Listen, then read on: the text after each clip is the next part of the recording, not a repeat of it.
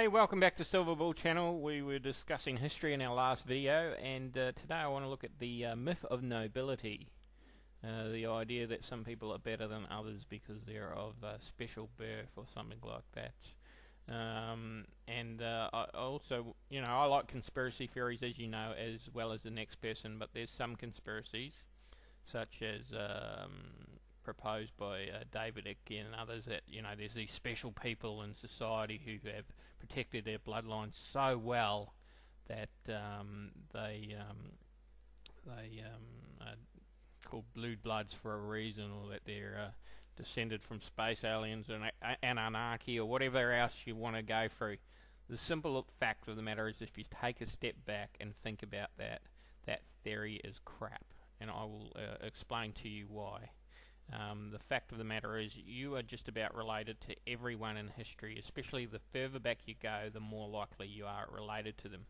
Now, there's going to be the odd person in history you're not related to, for example, directly, I mean descended from, like Queen Elizabeth I, for example. She had no children, so no one is directly related to her. She had no descendants. But there's other people back in history, like William the Conqueror, who've had so many descendants that if you're a Westerner, it's very unlikely that you're not related to William the Conqueror. I did my own family tree, and he's supposedly my 28th great-grandfather, so that's what, 30 generations ago. I'll explain a bit about why family trees can be problematic, but let's just take that for a given for the moment. But the other thing is, you're just as likely to be related to John Smith, William the Conqueror's dung collector. Statistically, you go back 30 generations, you're talking about billions of people. You go back 40 generations, apparently you're talking about 2 trillion people, which is impossible. There's not that many people who lived on the world. So obviously in your family tree, there's going to be people that come up more than once, or come up several times even. And the further back you go back in time, in history, of the world's history, the more likely you're going to be related to someone. This person is Khufu, the builder of the pyramids in Egypt, and they estimate just about everyone in the world will be related to him. So you probably haven't sat down there before and thought, hey, I'm descended from the guy who produced the pyramids, but that's likely that you are, highly likely. And you're also descended from the poor prick who was just as likely descended from the poor guy who was stacking the blocks on the pyramid as well. So what is royalty? We have Queen Elizabeth here. Even she, why is she queen today? Basically through twists and turns in history. Her own uncle was supposed to be king, but he abdicated because he wanted to marry an American divorcee. She was never in the direct line, but she's there now. George IV, he supposedly had no children at all. But if you believe one part of the family history in my history, is he did indeed have illegitimate children. So, twists and turns in history. I don't believe anyone can say I'm noble. This idea of nobility is a complete myth. As is the idea that certain people in history have it in for everyone else, or a particular race. Like, for example, I've gone through my family history and I'm related to Jews, and you're also, if you go back far enough in your family history, are going to be related to Jews. It may be, one ancestor and one great-great-grandparent in 50 or whatever is Jewish, but it's going to be there. It's going to pop up in your family tree sooner or later. So, maybe some of these conspiracy theories we need to sit down and think about, and apply a bit of logic to them.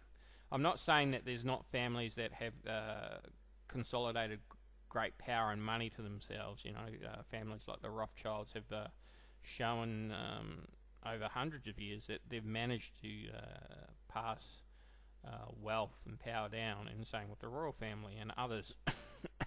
But that's not the same as this concept of nobility, or this concept that certain people have special blood or some rubbish like that. So when you do a bit of genealogy, you find you're related to many different people. The problem though with family trees is sooner or later, more likely than not, someone in the family tree is listed as on a piece of paper as the father of a child, or is not going to be the father of a child. We all know humans' proclivity to be unfaithful, and therefore there are illegitimate children running around, or the correct term is a bastard. In fact, William the Conqueror himself was a bastard, so he was illegitimate. And there's some other scary concepts when you look at your family tree, and the other one is you're married to your cousin. Alright, probably, hopefully not your first cousin, but the fact of the matter is the person you're married to, you will be related to them somehow. If you go back far enough, if you could both go back in your family trees, you will find someone who's related if you can complete your family tree enough. In fact, with any other person in the planet, it's not are you related, it's how far back is your common ancestor.